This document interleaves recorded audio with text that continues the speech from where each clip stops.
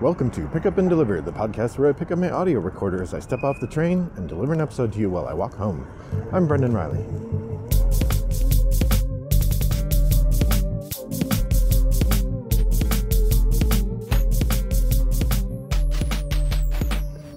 Well, good afternoon, listeners. It's December 4th. We're in suburban Chicago. The weather is a little on the gloomy side, a little on the chilly side, but otherwise pretty normal and expected for this moment. I'm pleased to be talking to you as I'm walking home, and I'm a little bit late. I apologize, and actually a little bit late in terms of I've published an episode in December without doing the top of the stack. I know that some of you are a bit incensed, but I didn't have time to record a top of the stack episode on the 1st or the 2nd or the 3rd, frankly.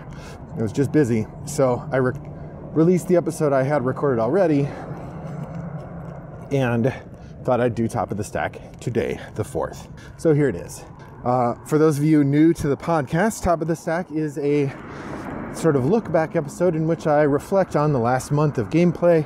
I talk a little bit about what I played, a little bit about my goals and whether I achieved them or not, and to make some plans for next month. So that's what I'm going to do. So to start with, I always like to start with how much did I play? In November, I played 99 plays of 72 games. Now it's funny because I looked today and it actually is 101. So I don't know, between when I recorded this, when I played it, I don't know if there were two online plays that I finished that I hadn't yet recorded when I did this, but it's actually 101 plays of 72 different games. So my total is 921 plays of 313 different games so far this year. So one of my goals is 1,000 plays a year, and I think I will make that, assuming I continue at the normal pace for December, which is reasonable to think I will.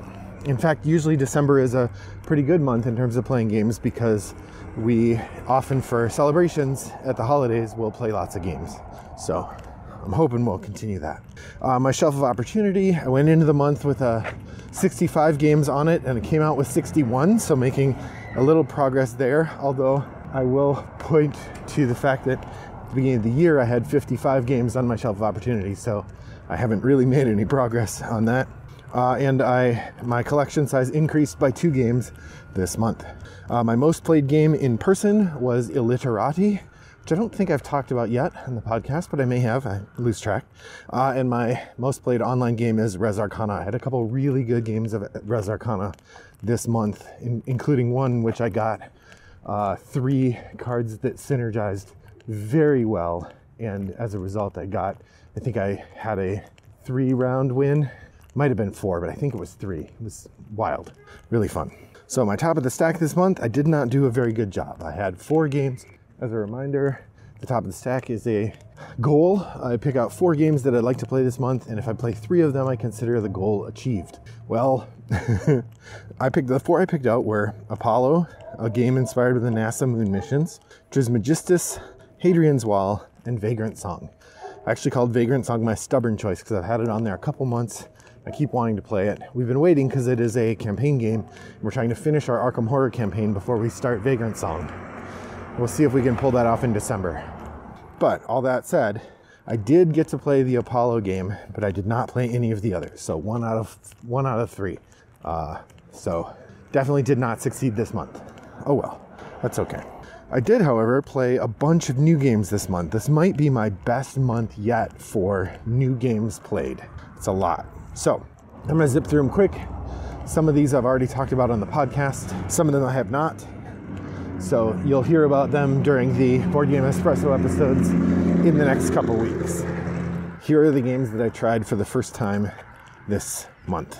Cat in the Box, Welcome to the Moon, Point City, Gru the Game, The Great Cake Escape, Glow, The Underlings of Underwing, Septima, Illiterati, Wormholes, Keystone, North America, Chroma Mix, The Taverns of Tiefenthal, Apiary, Apollo, NASA Moon Missions, A Walk in the Park, and Categories. So I'm up to 114 new to me games played this year. Roughly a third of the games I played this month were brand new to me, and or a third of the games I've played this year have been brand new to me. So that's pretty fun. I did get to try a couple expansions I hadn't played before. We did the Time Stories Revolutions Cavendish expansion. So they keep putting those out like one a year, and we're playing them. We really like Time Stories, although we don't like the current model as much as the old model. So, and then I played Innovation Ultimate over on Yucata.de. It adds an 11th age, and some of the cards are rebalanced a little bit, as much as you can call anything in Innovation balanced. But I've been playing that a little bit. I did back the Kickstarter for that, so at some point that will show up, and I'll be happy to have that. It was also a very good month for games out of the dust. I had 16 games that I brought back. As a reminder, out of the dust, a game is out of the dust when you have not played it, or a game gets dusty when you haven't played it for a year or more. So playing a game that's dusty is bringing it out of the dust. I do tally these over on the Out of the Dust geek list as well on Board Game Geek, and you can find a link to that in the show notes. So here's the games that I played. Now, many of these I also talk about in Board Game Espresso episodes. So usually each of those episodes I talk about 3 new to me games and 1 game I've revisited. So if you want to hear more about these, either look at some of the recent Board Game Espresso episodes or pay attention to the upcoming ones.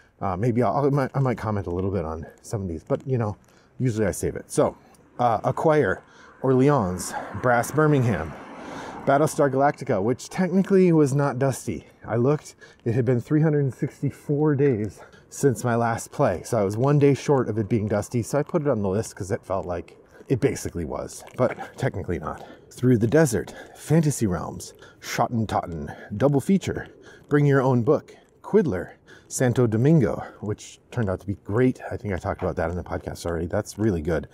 Planet Unknown, which I played in person a year and 3 months ago, and now I've been playing on Board Game Arena. It's fun. There's a limit to it. Like, it's fun, but not amazing. Ticket to Ride, Codenames Duet, Castles of Mad King Ludwig, and Happy Salmon. So in the 52 game challenge, I was hoping to make some progress by putting it on the list, and I have not, which means I've got an uphill battle to finish all 52. I only got 1 done last month, which is play a game with a reflected image on the cover. That's the NASA moon missions. So I have like 9 or 8 or 9 left to go, maybe 10. I have 10 left to go, and I'm really gonna have to hustle to get all 10 of those played this month.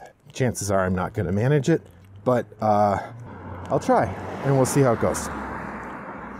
I did not get any painting done this month either. November was a very busy month with life getting in the way, and often when I did have time, I didn't feel like painting. So I haven't painted much.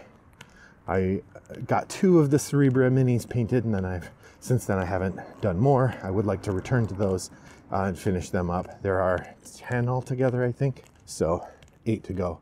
We also did just open a new Frosthaven character, so I'll be painting that mini this month for sure. That's kind of top priority, actually, because if somebody wants to play it, I want it to be painted. It's also easier to approach that because it's just one of them. So it's like 2 to 3 hours probably, because that's about the level I paint at. Some people can spend 10 hours on a mini. I can't really do that. My Shelf of Opportunity continues to be at 61 games. I'm pretty pleased to say that all 3 games I added to the Shelf of Opportunity this month I played. So we went 3 for 3 in terms of keeping the list where it is. And like I said, I did play 4 others. So my list went from 65 down to 61. So that's pretty good. Here's how my collection size changed. So I started the month at 561, having sold those games at Fair Game. I picked up 3 new games. That's Wormholes, which I got at, I think, half price books actually. And it was a decent price, and it's a game I've heard a lot of good stuff about. I got Chroma Mix, which delivered from its Kickstarter. My friend George. Great job, George. Really good stuff. Fun little deck builder. And Septima from Kickstarter as well. We played that once. It was really fun, and I'm looking forward to playing it again soon. My son did take Marvel United for his board game club at the high school, and I'm fine to get rid of that. It's a game I would play occasionally if somebody asked me to, but I'm certainly not going to go back to it. And then I found a copy of Settlers of Catan at Goodwill, and the copy that I had previously I donated to my college board game society, but it feels like a game I should own. And while I wouldn't go out and buy it again at full price because I don't like it that much, I do like to play it occasionally. And it would be weird to have a collection as big as mine and have somebody say, hey, I've always wanted to try Settlers of Catan or Catan. And I'd be like, no, I can't help you there. I don't have it. Which I know some people would do that fine. But when my opportunity is to replace it is $3, I say, okay. So I have Settlers of Catan again. And it was an older copy, so it is Settlers of Catan, not just Catan. That is the run of games that I played in November. The last thing I always like to share is what am I playing in December? So I always set up the 4 games that I'm going to try to get played in December. This is going to be kind of boring because I'm rolling over a lot of what I was going to play. Hadrian's Wall is the first one. Now this is a game I've been wanting to play for a while. Actually, one of my friends invited me to play it on Board Game Arena, so I started playing it there. I don't really understand what's going on. I'm just clicking stuff, which is not great, but whatever. But I do have the game to play on the table, so I'm going to try to play that sometime soon when I have an evening free. I really would like to get Cerebria back to the table before the end of the year because it is on my top 50, but I'll have to finish painting those minis first. So it seems unlikely, but I left it on there to try. For solo, I've removed... Hadrian's Wall was the solo choice before. I've moved that up to the new game choice. And my solo choice, I brought back Hunted Woad Ridge, which is a game that I got a while ago and actually was on the top of the stack a couple months and I never got it played. But now's the time, maybe. And finally, my stubborn choice is Vagrant Song. I still really want to get this played before the end of the year. But like I said, it's going to depend on if we can get 2 rounds of Arkham Horror done, which part of the challenge right now is my son. We started to play it on Friday night, December 1st. My son, we played about 2 turns. My son was like, I'm not feeling it. Or actually, we recognized he wasn't feeling it, and we're like, we'd rather play it with you when you're feeling it than force you to play when you're not. So we put it away. But that's disappointing because we really want to get it done. I mean, one reason we want to get it done is so we can get all the Arkham Horror stuff out of the living room. But we also would like to get to play Vagrant Song. And it's hard to run 2 campaigns at once, so we're kind of waiting. Also, the longer we wait on the Arkham Horror campaign, the more likely it is we're going to forget what's happening. So I would really like to get that played. We just have 2 rounds left. So that's kind of where we are with that. I'm curious, how was your November? If you want to share, you can head over to Board Game Geek Guild 3269 and share your gameplays over there. I did want to comment, since last time, one of the pick up and deliver regulars, Topher Graves, or Chris Graves, has passed away. This is pretty sad. He was a regular poster on the top of the stack, and he emailed me often, and he and I played games a lot online.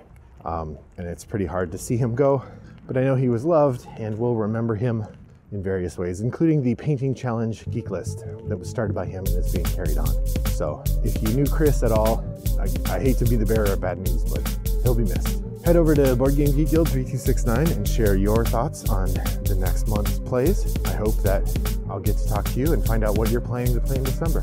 Thanks for joining me in my walk today. I hope your next walk is as pleasant as mine was. Bye-bye.